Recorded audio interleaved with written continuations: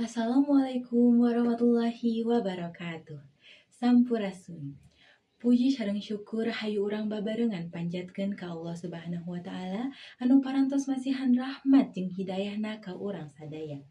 Salawat serta salam mugia tetep dilimpahkeun ka junjungan urang sadaya Nabi Muhammad sallallahu alaihi wasallam. Ka Bapak Ahmad anu kusim kuring dipi hormat sarta rerencangan sadaya anu kusim kuring dipi kaasih.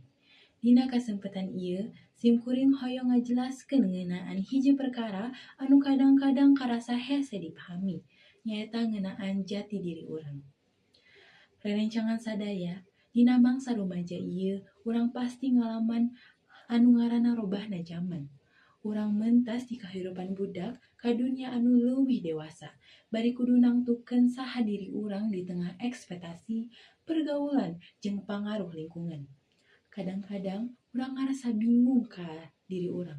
Kadang-kadang urang ngarasa teu yakin ka diri urang sorangan. Tapi naha jati diri urang sakuduna ditangtukeun ku harupan batur. Henteu, urang sorangan anu kudu manggihan saha diri urang. Salah sahiji jalan pikeun nyaho jati diri teh nyaeta ku cara ngaekspresikeun diri. Urang kudu wani ngaekspresikeun diri urang.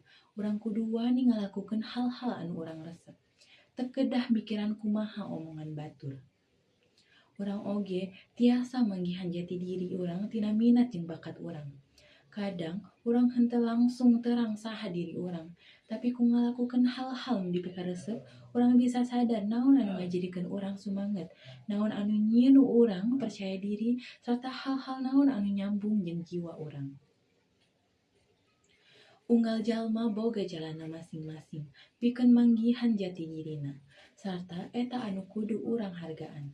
Perubahan zaman memang sering matak sieun, tapi lamun urang tetep cicing, urang moal bisa mekar.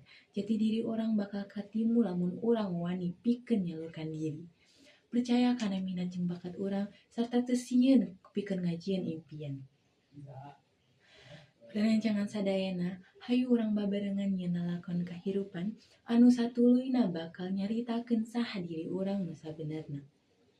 Ulah ragu pikeun nyoba, ulah cicing dina kabingungan, jeung ulah hariwang kana ekspektasi batur. Ieu diri urang, ieu jati diri urang, ieu kahirupan urang, sarta urang sorangan anu bisa nengtukeun jalan urang.